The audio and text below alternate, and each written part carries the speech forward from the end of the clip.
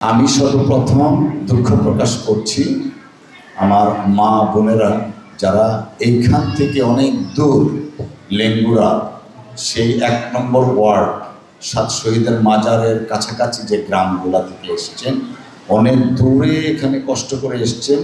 প্রথমে আপনাদের কাছে আমরা ক্ষমা চেয়ে নিচ্ছি, দুঃখ প্রকাশ করছি। আমি খালি একটা কথা, ডক্টর আনোয়ার সাহেব যে একটু আগে বললেন যে দুর্গাপুর কর্মাকাণ্ডার নাগরিক হলে বোধহয় ভালো হতো। আমারও ভাগ্য ভালো তিনি এই এলাকার নাগরিক না, কারণ উনি যে মাপের নেতা, এই এলাকার যদি নাগরিক হইতেন হয়তো এমপি নমিনেশন পেয়ে উনি এই এলাকার এমপি হয়ে যেতেন। আমি হয়তো নমিনেশনই পেতাম না, যে কারণে আল্লাহ যা করেন মঙ্গলের জন্য করেন।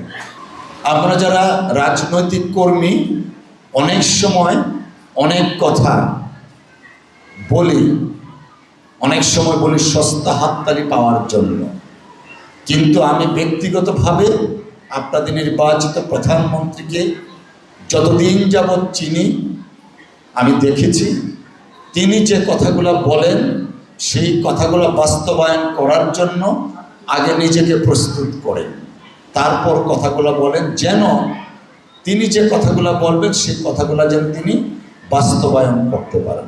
আলহামদুলিল্লাহ, আল্লাহর অশেষ মেহেরবানিতে আপনাদের ভোটে নির্বাচিত হয়ে তিনি বাস্তবায়নের জন্য কাজ করে যাচ্ছেন। দুঃখজনক হলো আমাদের যে প্রকল্পটা, যে পাইলট প্রজেক্টটা নেত্রকোনা জেলার মধ্যে কর্মাকান্দাকে নির্বাচন করা হয়েছে একটা ইউনিয়নের একটা ওয়ার্ডকে, সেই একটা ওয়ার্ডের কাজ যতটুকু হওয়া উচিত ছিল, আমি যতটুকু জানতে পেরেছি যেভাবে হওয়া উচিত ছিল, আমি সরি প্রশাসনের লোকজন আবার কিছু মনে করিয়েন না, কারণ আমাদের সমাজসেবা অধিদপ্তরের উপপরিচালক প্রথমে ক্ষমা চেয়ে নিয়েছেন। ক্ষমা চাওয়ার পরে আর কিছু থাকে না। তারপরে আমি বলছি, এই এলাকার আপনাদের ভোটে নির্বাচিত সংসদ সদস্য হিসাবে যেভাবে করা উচিত ছিল, যতটুকু যে পরিমাণ মতো হওয়া উচিত ছিল বা যাদেরকে দেওয়া উচিত ছিল, সেটা সম্পূর্ণভাবে আনফর্চুনেটলি হয়ে ওঠেনি।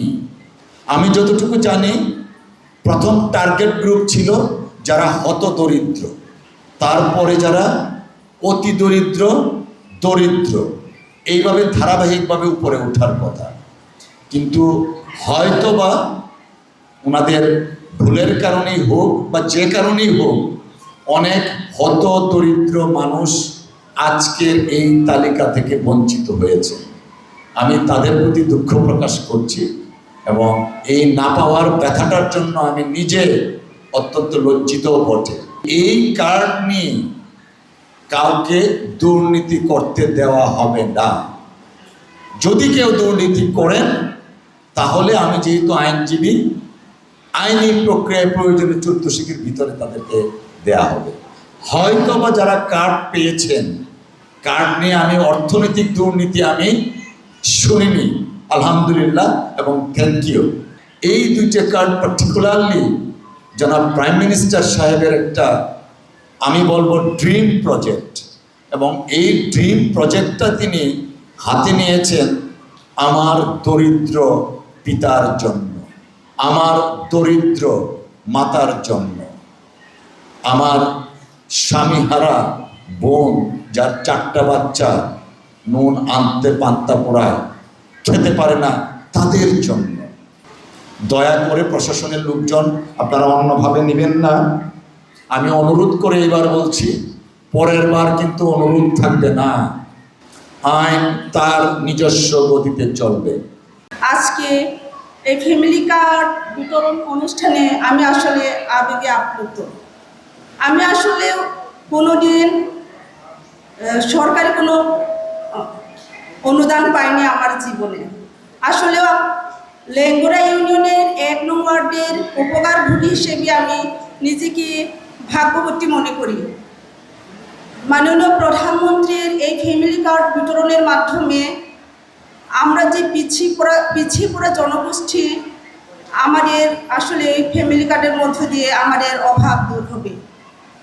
আমাদের স্বামী, আমাদের বয়স্ক মা বাবারা লাকড়ি কেটে যে আমাদের জীবন জীবিকা নির্বাহ করা হয়, এই ফ্যামিলি কার্ডের মাধ্যমে আমাদের হয়তো অনেক অভাব দূর হবে। আর আমাদের ছেলেমেয়েরা যে লেখাপড়া করছে, আমাদের ছেলেমেয়েদেরকেও আমরা কিছুটা এই ফ্যামিলি কার্ডের টাকার মাধ্যমে আমরা সাহায্য করতে পারবো। আমরা যে ভালো খাবার খেতে পারি না, এই ফ্যামিলি কার্ডের সাহায্যে আমরা আমাদের পরিবারে ভালো কিছু খাবার দিতে পারবো। পরিশেষে আসলেও আমি ধন্যবাদ দেওয়া ছাড়া আমার আজকে মনে হয় কিছুই নাই। পরিশেষে মাননীয় প্রধানমন্ত্রীকে অসংখ্য ধন্যবাদ জানাই, সেই সাথে মাননীয় ডেপুটি স্পিকার, উপজেলা নির্বাহী অফিসার, আমাদের লেঙ্গুরা ইউনিয়নের চেয়ারম্যান মহোদয়কেও ধন্যবাদ জানাই।